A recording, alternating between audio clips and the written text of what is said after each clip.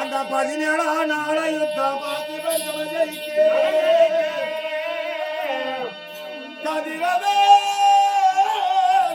உன்னை கடுமையாய் கொள்ள வேண்டி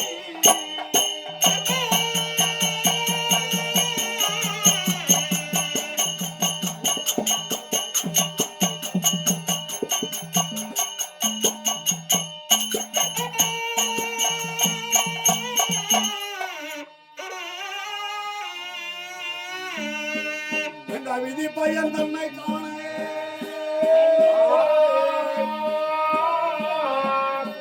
வேந்தானோ மறிய மாட்டான் மதிமுறைய மகிழ்ச்சியாய் விடைபெறுவாய் கண்ணே கண்ணே பொன்னிருவி நாயகம் விடிந்தால் 17 நாள் சண்டை எதிரியாக விளங்கும்படியான பார்த்திபனை எதிர்த்து நான் சண்டைக்கு போக வேண்டும். விதியால பிரிஞ்சோமோ நம்ம மதியால பிரிஞ்சோமோ இவ்வளவு நாளை பிரிந்து விட்டோம் கண்ணே. பாரு உயிரோட இருக்கிறேன் இப்ப நான். என் விதி எப்படின்னு சொல்ல முடியாது. யார் யார் விதி எப்படி இருக்குமோ சொல்ல முடியாது. விதியை வெல்ல தேவனாலும் அறிய மாட்டான்.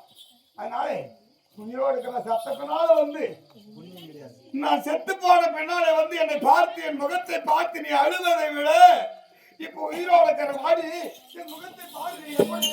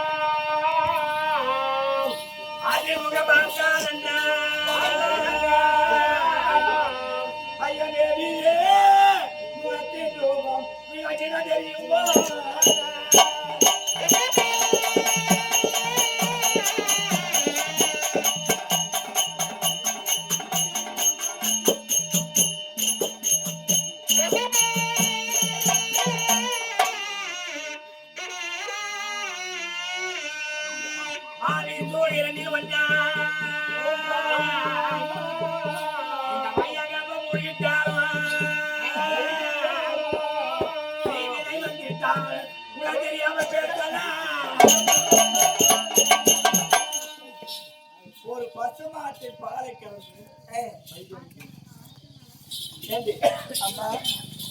பசுமாட்டு பாலை கறந்து அந்த பாலில முகம் பார்த்தா தெரியுமா? தெரியாதே. அது போல் பால் போல் மங்கிருக்கிறது இருக்கிறோம். அந்த பாலைய காய்ச்சி அது பிறையிட்டால் தயிராகும். ஆமா, தயிர முகம் பார்த்தா தெரியுமா? தெரியாதுமா. அந்த தயிரை கிடந்தால் மோராகும். ஆமா, மோரின் முகம் பார்த்தா தெரியுமா? அந்த மோரில் இருக்கக்கூடிய வெண்ணெய் எடுத்து அந்த வெண்ணெயில முகம் பார்த்தா தெரியுமா? தெரியாது. அந்த வெண்ணெய் உரிக்கிறார் நெய்யாகும். அந்த நெய்யத்தை ஒரு தாமிர தட்டில் ஊற்றி பார்த்தா முகம் தெரியுமோ? அத்தன்மை போற இவர் புறம் அங்கிருக்கிறது. நெய் போல் உரிக்கும் போல வெளிச்சமாக சொல்ற இவர் தாய் யார் யாரு, தந்தை யார் யாரு, இவர் யாரு, எந்த எந்த இடத்துக்கு சேர்ந்தவன் விளக்கமா சொன்னதே உண்டான கை தாமிரம் தரேன்.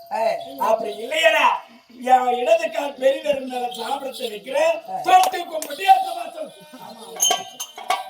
ஐயா சுந்தரம் எனக்கும் அவளுக்கு இந்த திரை மட்டும்தான் நடுவு இருக்குது. ஆமா, எனக்கும் என் மனைவிக்கும் திரை மட்டும் நடுவில் இருக்குது. ஆனா அவ பேசக்கூடிய வார்த்தை என் காதல் விழுது, நான் பேசக்கூடிய வார்த்தை அவள் காதல் விழுது. இதுக்கு மேல குடும்ப சமாச்சாரம் பேச போறோம். நாங்க புருஷன் பொண்டாட்டி சமாச்சாரம் நாங்க பேசுறது. அதனால இந்த குடும்ப சமாச்சாரத்துல வேற யாருமே பக்கம் இருக்கக்கூடாது. அதனால நீ ஒரு ஓரம் மயிறு நான் பேசிக்கிறேன்.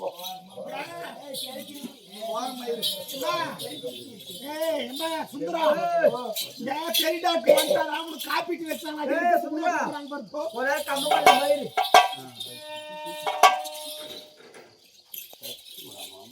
என்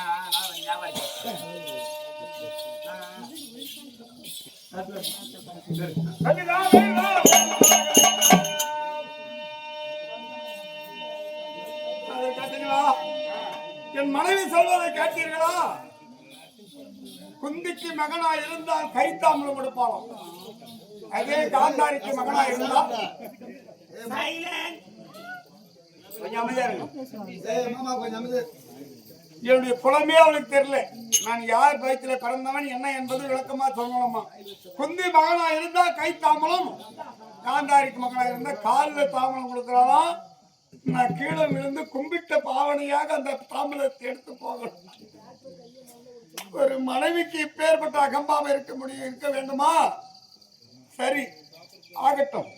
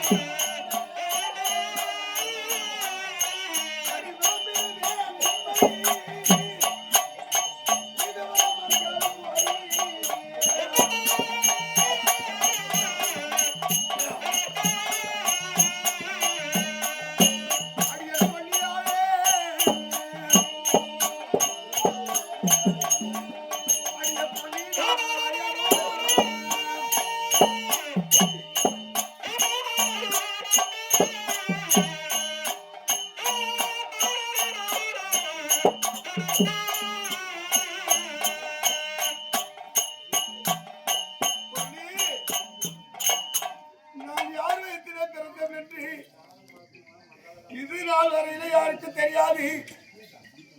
அம்மா அம்மா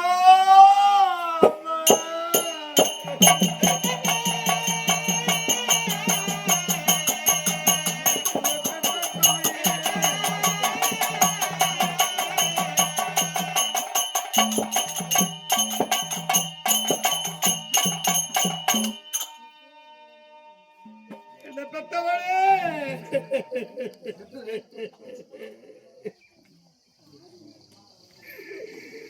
உனக்கு நான் என்னம்மா பாவம் செய்தேன்?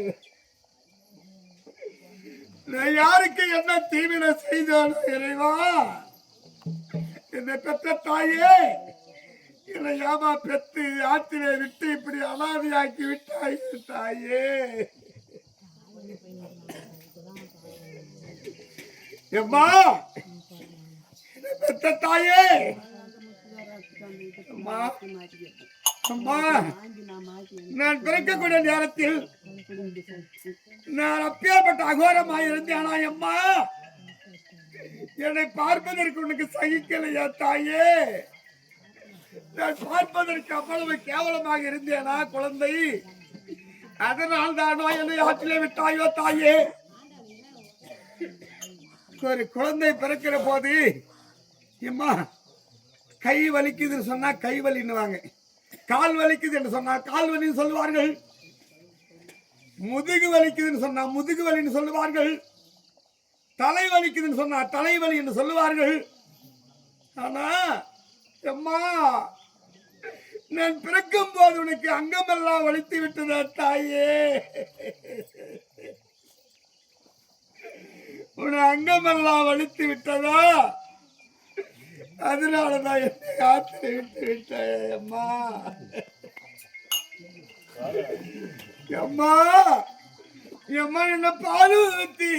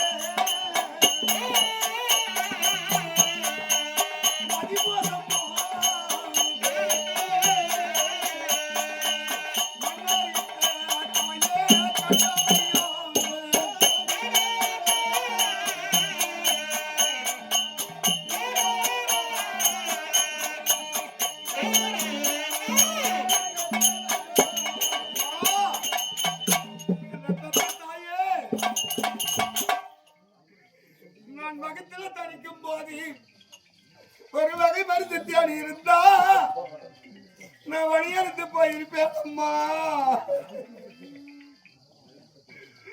உன் கொடியில தரிக்கும் போது உனக்கு ஒரு கொடிய மருந்து தேடி இருந்தா கொடிய இருந்து போயிருப்பேனம்மா.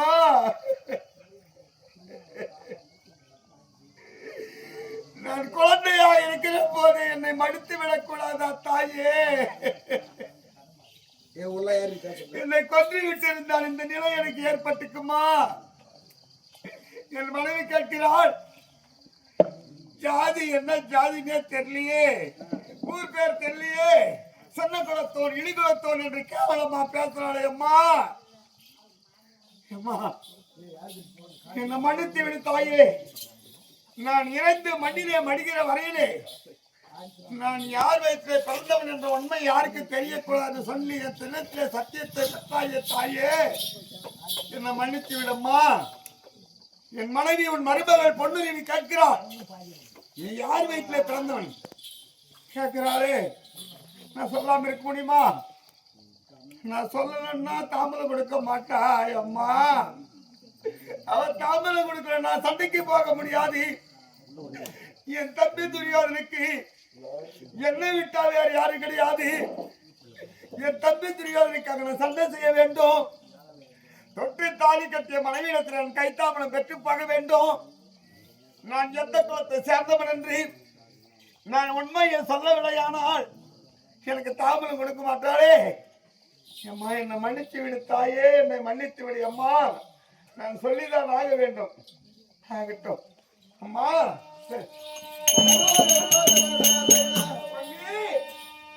அடி குத்தி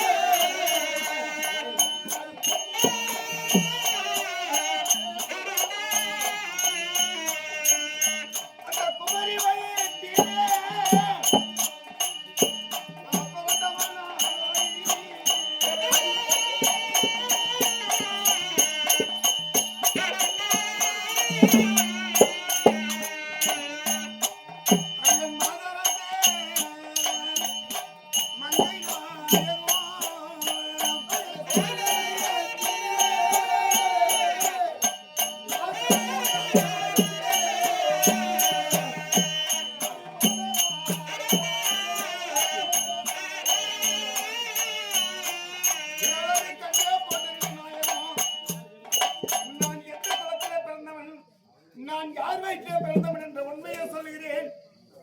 உன் சிந்தை அறியும்படியாக நான் சொல்லி வருகிறேன். விவரமா கேளும்படி பொன்னி. ஆதி நாளையிலே திருவமண்டலத்தை ஆண்டு வரும்படியான தூர்வாச மகாமுனிவர் என் தாத்தாவாக விளங்கும்படியான சூரசேன மகாராஜத்தை வந்து, சூரசேனரே, உங்கள் நாட்டிலே நான் ஓராண்டு காலம் யாகத்தை செய்ய வேண்டும். அப்படி யாகத்தை செய்ய வேண்டுமானால் 10 ஆடு எனக்கு பணிவிட செய்வதற்கு வேணும். அப்படி இந்த தூர்வாச மகாமுனிவர் கேட்டாராம். அந்த முனிவர் சாதாரண ஆள் கிடையாது. இட்டால் சாபம், கொடுத்தால் வரும். சாபம் கொடுத்தாருன்னா சாபம் பழி அப்படியே என்ன சாபம் முடிஞ்சு போயிடும். வரம் கொடுத்தாருன்னா அது வரம் அப்படியே பழிக்கும். கோபத்திலே மிகுந்தவர் 7.5 முழம் தாடி 3.5 முழம் கோபம். அப்பேற்பட்ட கோபத்திலே மிகுந்த தூர்வாச மகாமுனிவர் வந்து எங்க தாத்தா இடத்துல கேட்டாரா 10 ஆடு பணிவிட செய்யறதுக்கு வேணும். அப்படி கேட்கும் போது என் தாத்தா சூரசேன மகாராஜன் இப்பேற்பட்ட கோபக்காராட்சி இவர்கிட்ட யார் வேலை செய்ய முடியும்? ஏதாவது தவறு செய்து விட்டானே ஆனால் சாபம் கொடுத்துருவாரே. அப்படி என்று என் தாத்தா வேதனையோடு அழுது கொண்டிருந்தாலும் அப்ப அங்க யார் வந்த தெரியுமா? என்ன பெத்து ஆத்துல அனாதையா விட்டு விட்டாளே அந்த தாய் கொந்தமாதேவி. அப்போ அந்த கொந்தமாதேவிக்கு 7 வயது சிறுமி சொந்த பருவம் பிறவனை ஆகாத காலம். அந்த காலத்திலே அந்த குந்தியம்மா ஓடி வந்து, அப்பா 7 வயசு எங்க அம்மாவுக்கு, அப்போ 7 வயதாக இருக்கக்கூடிய சிறுமி, ஏப்பா ஆள்றீங்க, என்ன உங்களுக்கு கஷ்டம், என்ன கஷ்டமா இருந்தாலும் எங்களுக்கு சொல்லுங்க, நான் தீர்த்து வைக்கிறேன் சொல்லுகிற போது இந்த விஷயத்தை என் தாத்தா சொன்னானா, நூறுவாச மகாமணிக்கு பணிவிடை செய்யணுமா? ஐயா 10 ஆளா? இந்த 10 விரலும் நான் 10 ஆளுக்கு சமனா, ஒரு ஆள் நான் செய்கிறேன் பணிவிடை அப்படி சொல்லிட்டு இருக்க போது அப்ப சொன்னார்,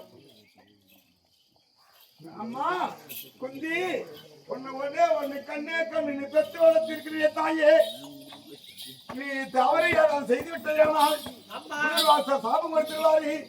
நான் என்ன செய்வேன் கண்ணே குந்தி, உன்னால முடியாது என்று சொல்ல இருவர் ஒருவருக்கொருவர் வாதாடி ஒருவருக்கொரு ஒப்புக்கொண்டு என் தாய் குந்தமாதேவி 1 வருட காலம் செம்மையோடு சீர சிறப்போடு அந்த பணிவிடையை முடித்தார் ஆண்டி என் கண்ணே.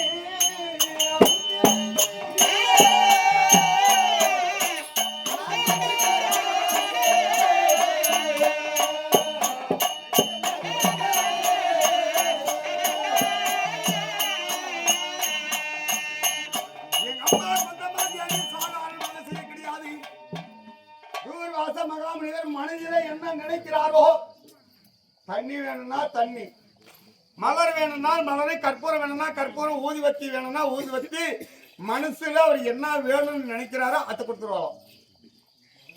அவ்வளவு சிறப்பா செஞ்சாலா எங்க அம்மா கொந்தமாதேவி. அப்படி 1 வருட காலம் இப்படி சிறப்பாக பணிவிடை செய்து முடித்து வருகிற போது ஞானத்திலே உற்று பார்த்தார் தூர்வாச மகாமனிதர். இந்த சின்ன பொண்ணு, சின்ன சிறுமி இவ்வளவு ஞானத்தோடு இருக்கிறாளே அப்படின்னு ஞான பெண்ணுன்னு ஒரு பேர் வச்சாராம். அப்படி பேரை வைத்து அவர் ஞானத்தில் அறிந்து பார்த்தார். பிற்காலத்திலே இந்த பெண்ணுக்கு குழந்தை பாக்கி இல்லாமல் போவதற்கு ஒரு வாய்ப்பு இருக்குது, அதனால குழந்தை பாக்கியத்தை நம்ம உருவாக்கலாம் அப்படி என்று 5 மந்திரத்தை உபதேசித்தார்.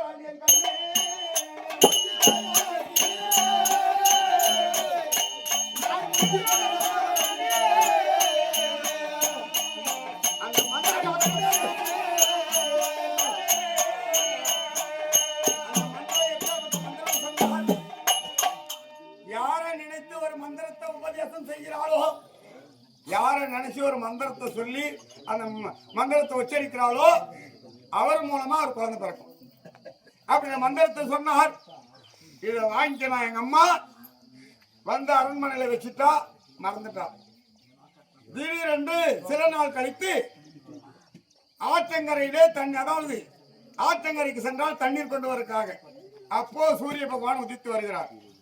ஆமா, ஒரு நாள் ஒரு மந்திரத்தை சொல்லி கொடுத்தாரு தூர்வாச மகாமுனிவர்.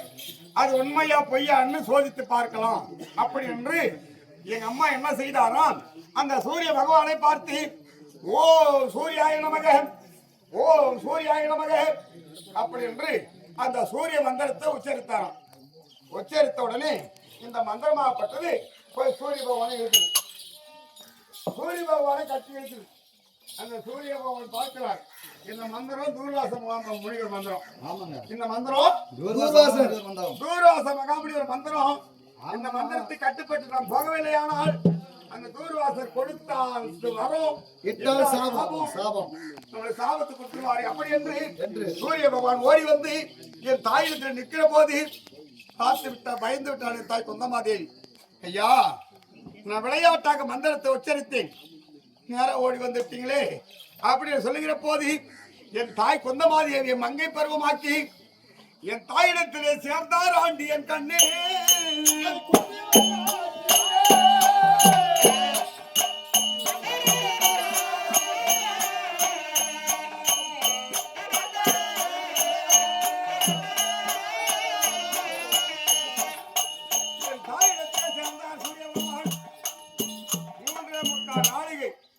ரிஷி பெண்மை இரவு தங்காது. ஏமா நீ மந்திரத்தை சொன்ன வந்துட்டேன், எனக்கு தெரியாது, நான் வரலன்னா அவர் சாப்பிட்டு கொடுத்துருவார் முனிவர் எனக்கு. அதனால வந்து சேர்ந்து அழகாக சூரிய பிரகாசம் போல மார்பு கவசத்தோடும் காதில குண்டலத்தோடும் இந்த பாவி பிறந்து விட்டியார் ஆண்டியன் கண்ணே.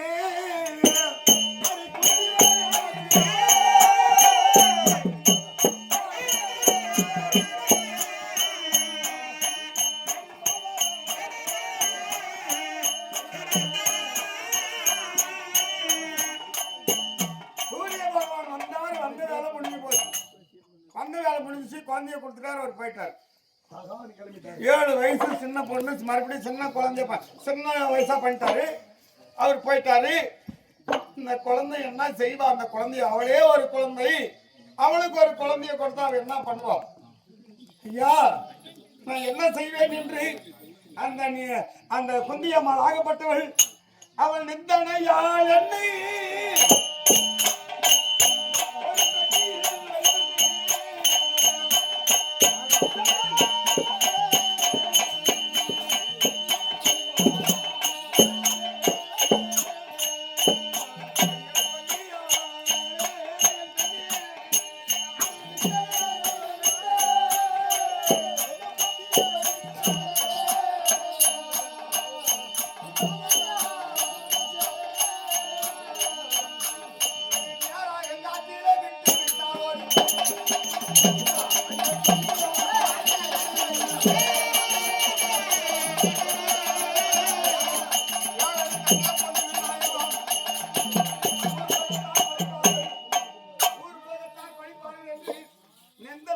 சொல்லி கேவலமா பேசுவார். நாட்டில் இருக்கக்கூடியவர்களா கேவலமா பேசுவார் என்று ஒரு தங்க பெட்டியிலே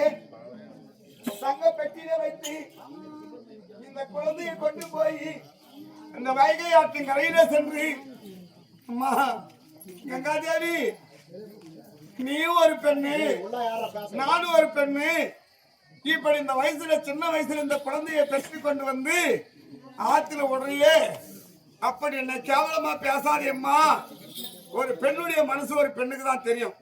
அதனால அந்த அம்மா கிட்ட கங்காதேவி கிட்ட கெஞ்சுறா, எங்க அம்மா நான் ஒரு வேற வழி தெரியல, எனக்கு இந்த குழந்தைய ஆத்துல விட்டுறேன், என் குழந்தைய எங்கன்னா பத்திரமா கொண்டு போய் சேர்த்துரு அப்படி என்று கெஞ்சி அழுது இந்த குழந்தைய ஆற்றில விட்ட உடனே இந்த ஆற்றுல எத்தனை மேடு, எத்தனை பள்ளம், செடி புதர் எத்தனை வருது. எந்த பாலத்திலாம் கொண்டு என்ன தள்ளி விடக்கூடாதா? எந்த செடி புதலியாவது மாட்டி நான் அப்பவே சாகக்கூடாதா? நான் ஏன் உயிரோடு இருக்கணும்? ஆனா இந்த ஆறாகப்பட்டது தாலாட்டு பாடின போதும் அந்த குழந்தைக்கு பொட்டியில குழந்தைய வச்சுக்கிறான். இந்த குழந்தை பெட்டி வைக்குது. ஆத்துல தவழ்ந்து தவழ்ந்து தவழ்ந்து இந்த ஆறு அவளுக்கு இந்த குழந்தைக்கு தாலாட்டு பாடின போதும். எங்கன்னா குடும்பம் முழுவதும் செடியில் சொருகிடக்கூடாது, நீ அப்பவே செத்து போயிட்டு பண்ணி. அப்போது பெட்டி ஆகப்பட்டது அஸ்திராபுரம் நோக்கி போய் அங்க பெட்டி வருவதை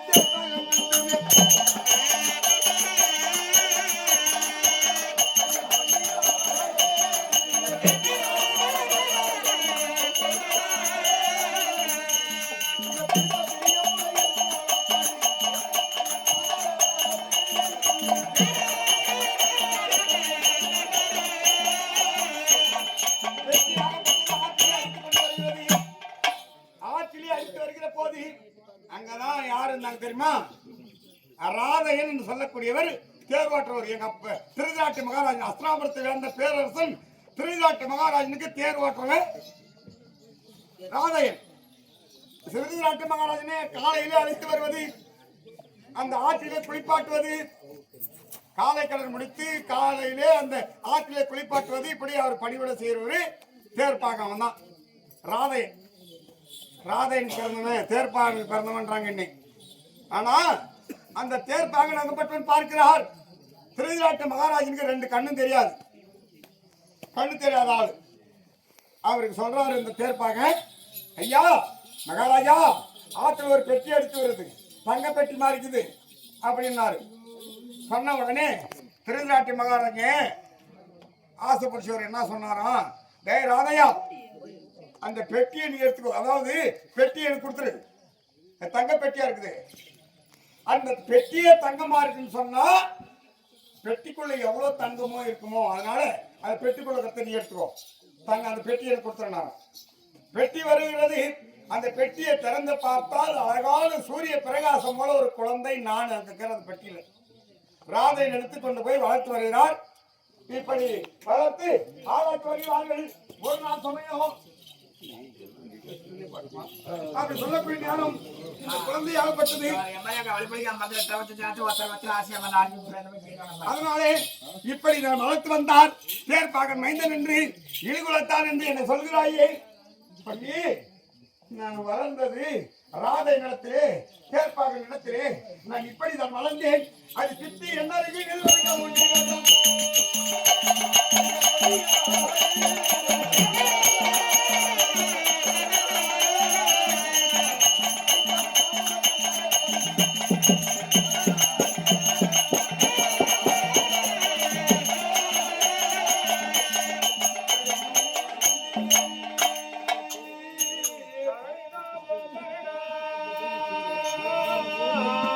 கவனித்தால் பழி தம்மை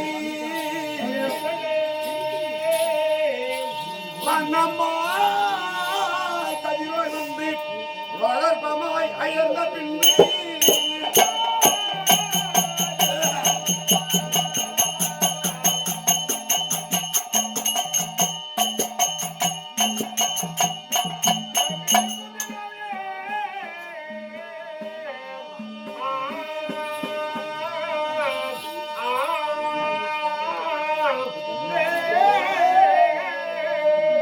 அடு மன்னனான் உதிக்க பாரில்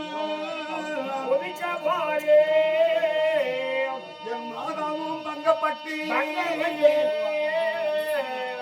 எல்லையோ அடையில் வைத்து ஏகிட செய்தார். குழந்தையை வளர்த்து வருகிறார் ராதையில். கொஞ்சம் ஒரு 8 மாசம் ஆகுது. ஒரு நாள் கேட்கிறார் திருதாட்ட மகாராஜன், ஏய் ராதையா, கொஞ்ச நாளைக்கு முன்ன ஆத்துல இருந்து ஒரு குழந்தை கிடைச்சதுன்னு எடுத்துன்னு போனீங்க, அந்த குழந்தை எப்படிக்குது, அதை கொண்டு வாங்கினார். நாளைக்கு வேலைக்கு அரண்மனைக்கு வரும்போது அந்த குழந்தைய எடுத்துன்னு வாங்கினாராம். இவர் மறுநாள் அந்த குழந்தைய எடுத்துன்னு போனார். அப்போ திருதராட்டிய மகாராஜனுக்கு ஒரு சாபம். களத்திலே சாதத்தை போட்டு வைத்தால் ஒரு பிடி சாதம் எடுத்து சாப்பிட்டா மற்ற சாதம் எல்லாம் புழுவா போயிடுமா. அது யார் கொடுத்தது? கௌரி மாமணி கொடுத்த சாபம் மகாராஜனுக்கு. அந்த சாபத்தை கொடுத்த உடனே அப்படி நடந்து கொண்டிருக்கிறது. விதுர பெருமான் பார்த்தார் கௌரி மாமணி முனிவர் கொடுத்த சாபம் கண்ணு தெரியாதுக்குது, இதுக்கு எதனா ஒரு வழி பண்ணணும் அப்படின்னு என்ன செய்தா அந்த மகாமுனிவரத்திலே கொண்டு போனார். யாரு? விதுர பெருமான். திருதராட்டி மகாராஜனை அழைத்து கொண்டு போயிருக்கிறாரு. பர்ணசாலையில இல்ல, பர்ணசாலையில முனிவர் இல்ல, காலைக்காலம் முடிப்பதற்காக சென்றிருக்கிறார். அதற்குள்ளாக இந்த பர்ணசாலையை விட்டு விதுர பெருமான் அவரை தேடி போயிருக்கிறாரு. அவர் வருவதற்குள்ளாக இங்க பர்ணசாலையில வந்து அசிங்கம் பண்ணி விட்டாராம் இந்த திருதராட்ட மகாராஜன். அவர் ஓடி வந்த முனிவர் பார்த்த உடனே, அட பாவி, இப்படி நீ அசிங்கத்தை செய்து விட்டாயே, அதனால என்னுடைய பூஜை செய்யக்கூடிய இந்த அசிங்கம் செய்து விட்டாய் என்று என்ன செய்தாரா? அப்பதான் சாப்பிட மாட்டார். அவர் ஒரு படி சாதம் சாப்பிட்டா மறுவாய்க்கு புழுவா போய் சாதம் புழுவா போய் சாப்பிட மாட்டாராம். அதனால அந்த சாபம் எப்படி தீரன்னா, யாராவது ஒருவன் நல்லவன் கரம்பட்டதை ஆனால் அப்போ உனக்கு சாபம் நிமர்ச்சி ஆகும் அப்படின்னாராம். இந்த 8 மாத குழந்தையாகப்பட்டது தட்டி தடுமாறி அப்படி விளையாடி கொண்டு போகக்கூடிய நேரம் இந்த கை வைச்சான். இந்த குழந்தை திருதராட்ட மகாராஜன் போய் களத்துல கை வச்சிருச்சு. தடமாடி விளையாடி போய் கை வைத்த உடனே அந்த களத்துல இருந்த புழுவெல்லாம் சாதமா மாறிடுச்சு. மறுபடியும் பாவி, இவ்வளவு தெய்வ குழந்தையா, இப்பேற்பட்ட மகிமை வாய்ந்த குழந்தையா நீ, உன் கரம்பட்ட உடனே இந்த கலப்புலகு நீங்கி விட்டது என்று கர்ணா என்று பெயர் வைத்து அன்று நாள் முதல் கொண்டு திருதராட்ட மகாராஜன் என்னை வளர்த்து வந்தாரு. இந்த விஷயம் உனக்கு எப்படி தெரியும் கேட்கலாம். நீ சொன்ன குழந்தையாச்சு, இந்த விஷயம் உனக்கு எப்படி தெரியும் அப்படின்லாம்.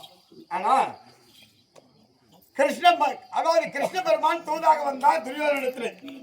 தூதாக வருகிற போது என் தாய் குந்தியம்மாளை பார்த்தாராம்.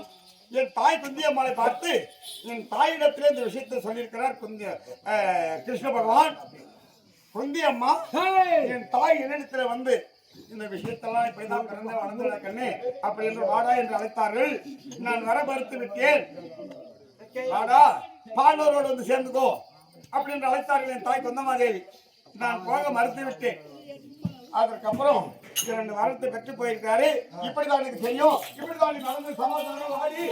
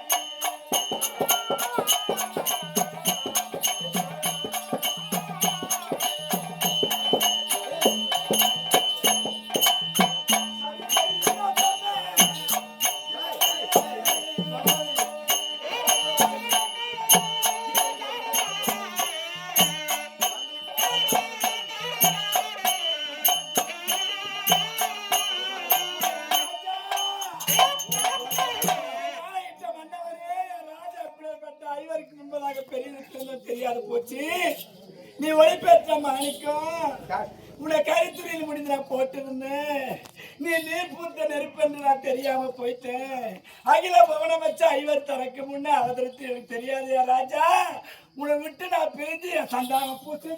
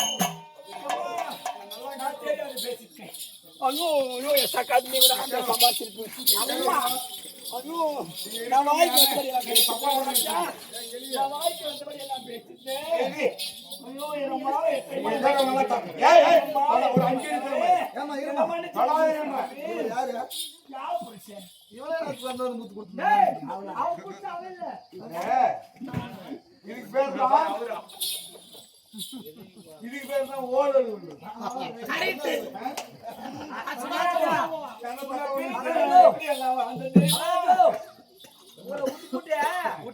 சூர்யான்ற தண்ணி வச்சிருக்கிறேன் தெரியும்.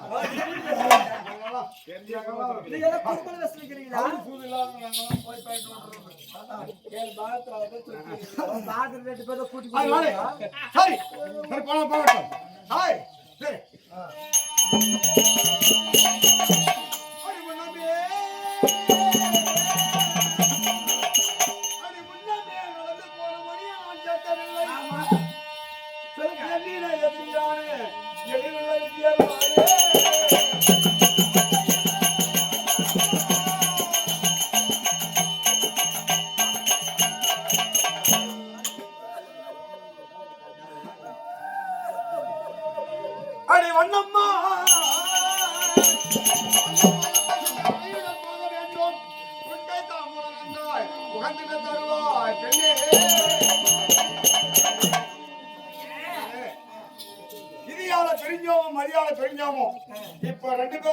முன்னாடி நம்ம கூடி கலந்து நீண்ட நாள் நம்ம சந்தோஷமா இருக்கிறோம். சந்தோஷமா இருப்பதற்கான வரல. விழுந்தால் 17 சண்டை எதிரியாக விளையக்கூடிய அர்ஜுனன் கண்ணா வா வா என்று சண்டைக்கு தயாரா எதிர்பார்த்திருக்கிறோம். யார் வார்த்தையை கேட்டு போறேன்? என் தம்பி துரியோதன் அரவக்கொடியோனுக்காக நீ அரவே கொடியோ.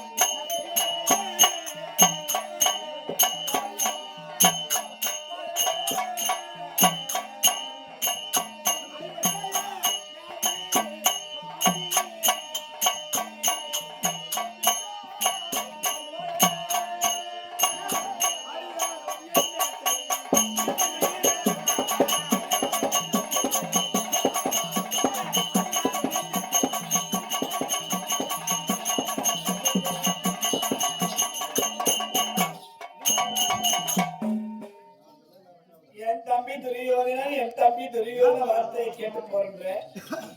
அந்த அரவ கொடியோ நயவஞ்சகன் ஆமுக்குடியோ வார்த்தையை கேட்டு அமர் செய்ய போறேன் என்றான். இந்த அடியாளில் என்ன செய்வேன்? இது என்ன நேரம்? இரவு நேரம். நீ இரவில் தெரிய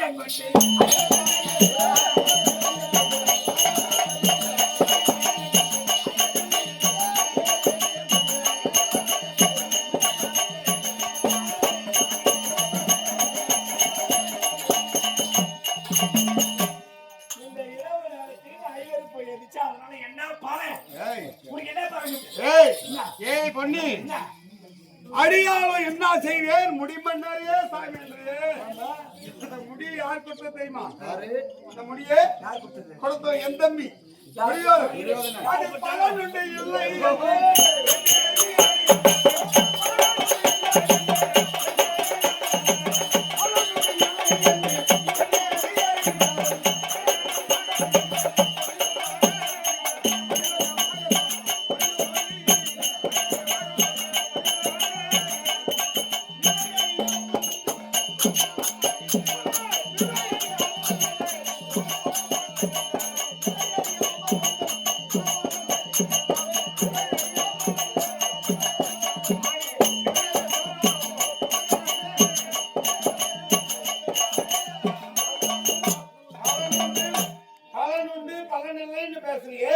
இந்த முடியை முடிமன்னரே சாமி என்ற.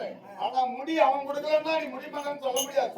அதனால என்னுடைய நிலையை அறியாமல் உன் மனதை கேட்டபடி எல்லாம் நீ பேசிக் கொண்டிருப்பதற்கு நேரம் கிடையாது. வைக்காமல் கொடுத்தால் நான் செல்வேன். வேதமை என்பதல்ல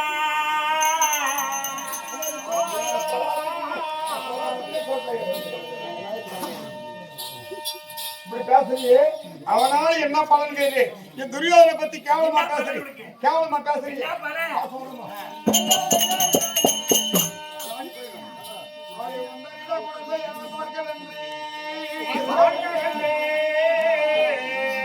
ஒரு மனதாக துரிய மகாராஜத்தானோ எத்தனிடே மடியை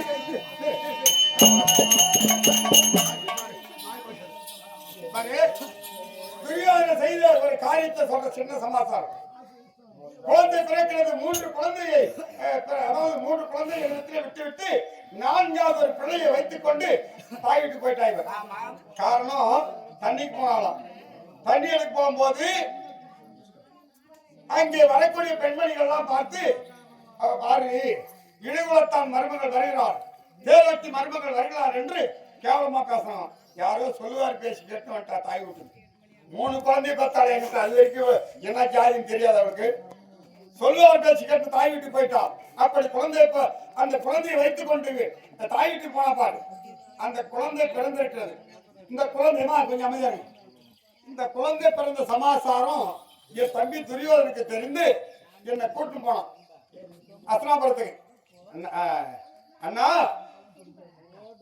உன் மனைவி பொண்ணுருவி குழந்தை பெற்று அந்த குழந்தையை பார்க்கலாம் இந்த குழந்தையாவது 2 பேரும் ஒண்ணா சேர்த்துடலாம் அப்படின்னு அவன் எண்ணம், நல்ல எண்ணம். குழந்தை பாசனை சேர்த்துருவாங்க ஆம்பளை முன்னாடி. ஆம்பளை முன்னாடி எவ்வளவு சண்டையா இருந்தாலும் ஒரு குழந்தை பிறந்துச்சுன்னா அந்த குழந்தை மரமா அந்த கோபமெல்லாம் போயிடும். அப்படி இந்த குழந்தையாலாவது 2 பேரும் ஒண்ணா சேர்த்து வச்சிடலாம், இவங்க தெரிஞ்சுக்கிறாங்களே அப்படின்னு நல்ல எண்ணம் வைத்து அரண்மனைக்கு அழைத்து கொண்டு வந்தான். அப்ப குழந்தை யானையில தூங்கி, நல்லா கேட்டுங்க, குழந்தை யானையில தூங்கி இருக்குது.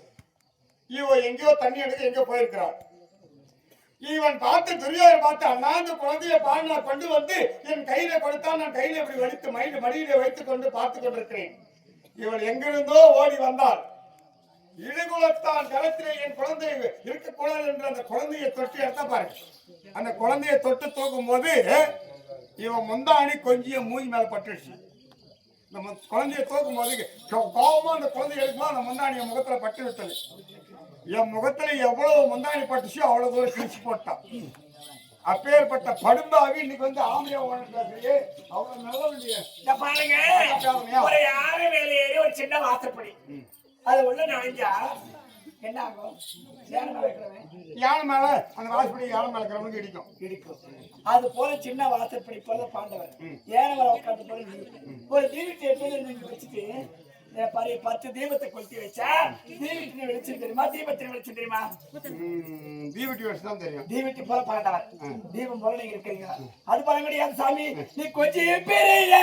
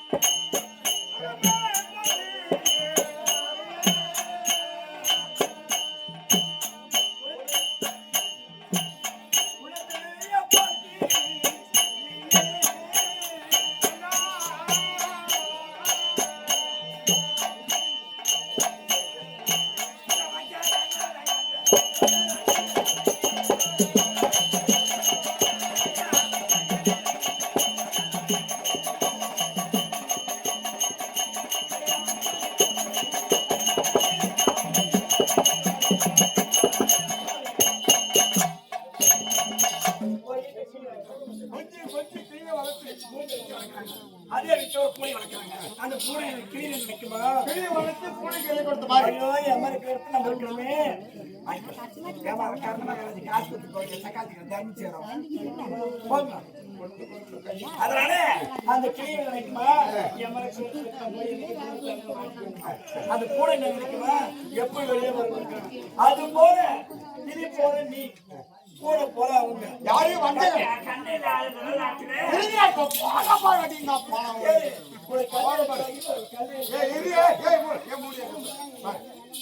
ஒரு திருநாட்டு அந்த கல்வி பின்னாடி தேவை எடுத்து வைக்கவே உனக்கு சண்டை செய்யறதுக்கு வளர்த்துருக்கிறாங்க. நீ வேண்டாம் சொல்லுவது கேளு. 55 போய் சேரும்.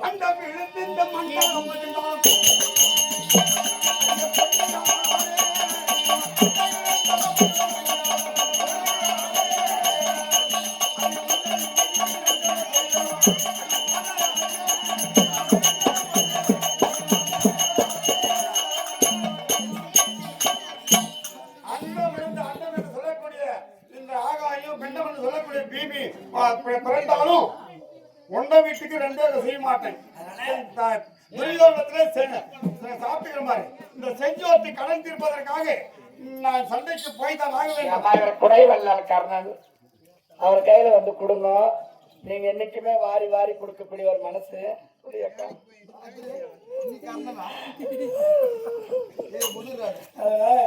திரு பெருவன் என்று சொல்வார்கள். எவ்வளவு கூட்டிருந்தாலும் அவர் பணம் இல்லை. இவளை இந்த சிறிய கூட்டத்தை கூட எங்களுக்கு ஏதோ 5-10 கொடுக்குது. ஆம்பளை தான் யார் பண்ணாங்க, பொம்பளை தான் எடுத்துட்டு வந்தாங்க. அங்கேயே வச்சுட்டு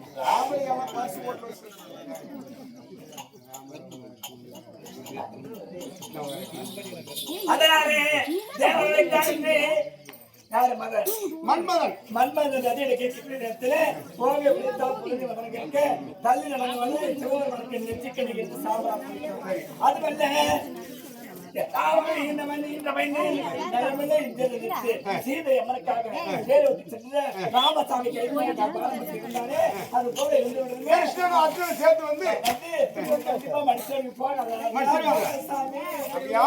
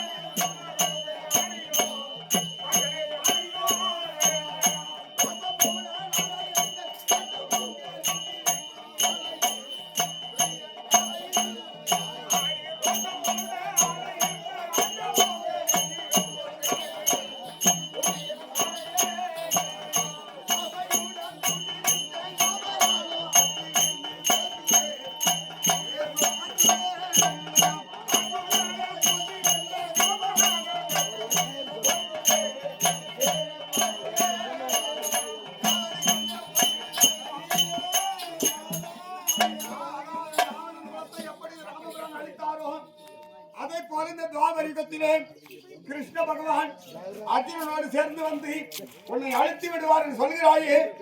எந்த கதி வந்தாலும் சரி உன் மொழி கேட்கறதுக்கு சத்தமா இல்லை. அதனால துரியோனுடைய நல்ல சமாச்சாரம் ஒன்று சொல்லிடுறேன். ஒரு நாள் சமயம் துரியோதனை பார்ப்பதற்காக நான் அஸ்திராபுரம் சென்றேன். அப்போது துரியோதனன் அரண்மனையில் இல்லை.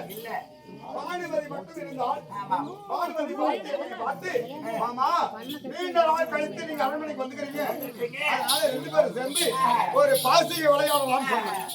2 பேரும் ஒப்புக்கொண்டு பாசிகை விளையாடினோம். பாசிகை விளையாடக்கூடிய நேரம் ஆட்டம் விறுவிறுப்பாக ஆடிக்கொண்டிருக்கிறோம். ரோசம் நான் ஆடக்கூடிய நேரம் அவனுடைய ஆட்டமே கழித்துக் கொண்டு போயிருக்கிறார். கடைசியாக ஆட்டம் கழிக்கிற நேரம், ஆட்டம் கழிக்கக்கூடிய நேரம் துரியோதனன் கானகத்துக்கு வேட்டைக்கு போயிருக்கிறான். வேட்டைக்கு சென்ற துரியோதனன் வீடு வந்து விட்டான். வீடு வந்து வாசல்ல நிக்கிறான். நாங்க ஆடி நிக்கிறோம். அவன் வாசல்ல நிக்கும் போது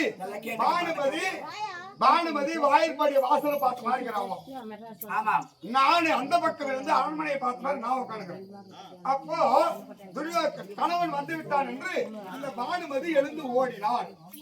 அப்ப ஓடும் போது ஆட்டத்துக்கு பயந்து ஓடுறான். நான் நினைச்சுக்கிறேன் நம்முடைய ஆட்டம் எங்க தோற்றுவோம்னு பயந்து இவன் ஓடுகிறான். நம்ம ஆட்டத்துக்கு பயந்துதான் ஓடுகிறாள் என்று எட்டி அவன் இடையை பிடித்து இருக்கிற போது அந்த இடையிலே அடிந்திருந்த ஆபரணமாகப்பட்டது அருந்து கீழே விழுந்து உருண்டு ஓடுது.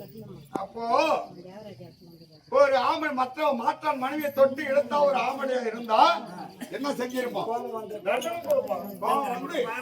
உறைவான எடுத்து ஒரே வெட்டா வெட்டிருப்போம் இல்லையா? ஆனா என் நன்றி துரியோதனன் என்ன செய்யணும் தெரியுமா? அது துரியனும் மாறி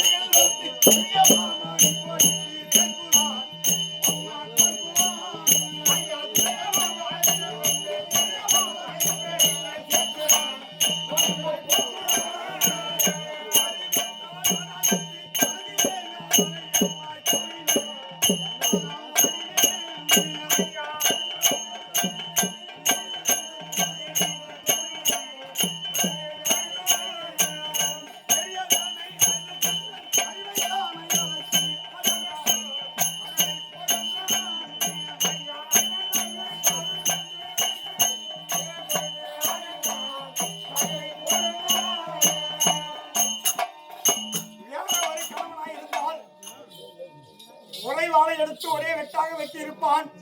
என் தம்பி துரியோதனன் அப்படி செய்யவில்லை. அந்த அறிந்து ஓடக்கூடிய மணியெல்லாம் ஒவ்வொன்றாக பொறுக்கி நான் சேர்க்கவோ ஒன்றாக கோர்க்கவோ அப்படி என்று அந்த மணியை கோர்த்து, அப்போ என் மனசுல ஒரு பயம், என் மனசுல ஒரு யோசனை. அவன் மனைவியை தொட்டு எடுத்துட்டுமே இவன் என்ன செய்வானோ அப்படி என்று மனதில் வேதனையோடு இருக்கிறேன். அப்போ துரியோதனன் பார்க்கிறான், என் மனசுல நான் வேதனை படுறத அவன் தெரிஞ்சுக்கணும். ஓ, அண்ணன் ஏதோ வேதனைப்படுறாரு, மனசுல தப்பா வேதனையா நினைக்கிறாரு அப்படி என்று அந்த பானுமதி அழைத்து, ஏ பானுமதி வா, 2 பேரும் உட்கார்ந்து மறுபடியும் ஒரு ஆளுக்கு ஒரு ஆட்டம் ஆடுங்க, நான் வேடிக்கை பார்க்கிறேன் அப்படின்னு பார்த்தானே.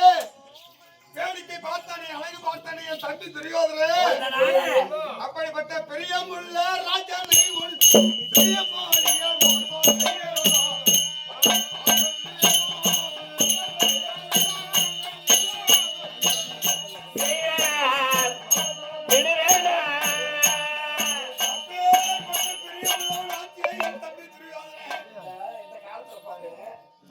நிறைய போயிட்டு வந்தா கூட மூத்தார தாய் அடிச்சா கூட தப்பா அடிப்பாங்க, நினைக்க மாட்டாங்களா? ஆனா துரியோதனை பாத்தியா, நாளே இடுப்பைகளை ஒட்டியான அருந்து இருந்தா நீ ஆடு உட்கார்ந்து சொன்னானே பெருமையா என் தம்பி துரியோதனே. என்ன சந்தேகம், நல்ல ஒரு விஷயம் தெரிஞ்சுங்க. உலகத்துல நல்ல தங்காலும் நல்ல அண்ணனை போல அண்ணன் தங்கச்சி பாசம் உலகத்துல யாரும் கிடையாது. அண்ணன் தங்கச்சி பாசம் உலகத்துல நல்ல தங்காலும் நல்ல அண்ணன் மாதிரி யாரும் கிடையாது. அதே மாதிரி இந்த மகாபாரதத்துல கர்ணனும் துரியோதனை போல நட்பு யாருமே கிடையாது. உலகத்துல அவங்க மாதிரி நட்பா யாருமே கிடையாது. அப்பேற்பட்ட கர்ணன் துரியோதன நட்பு. அதனால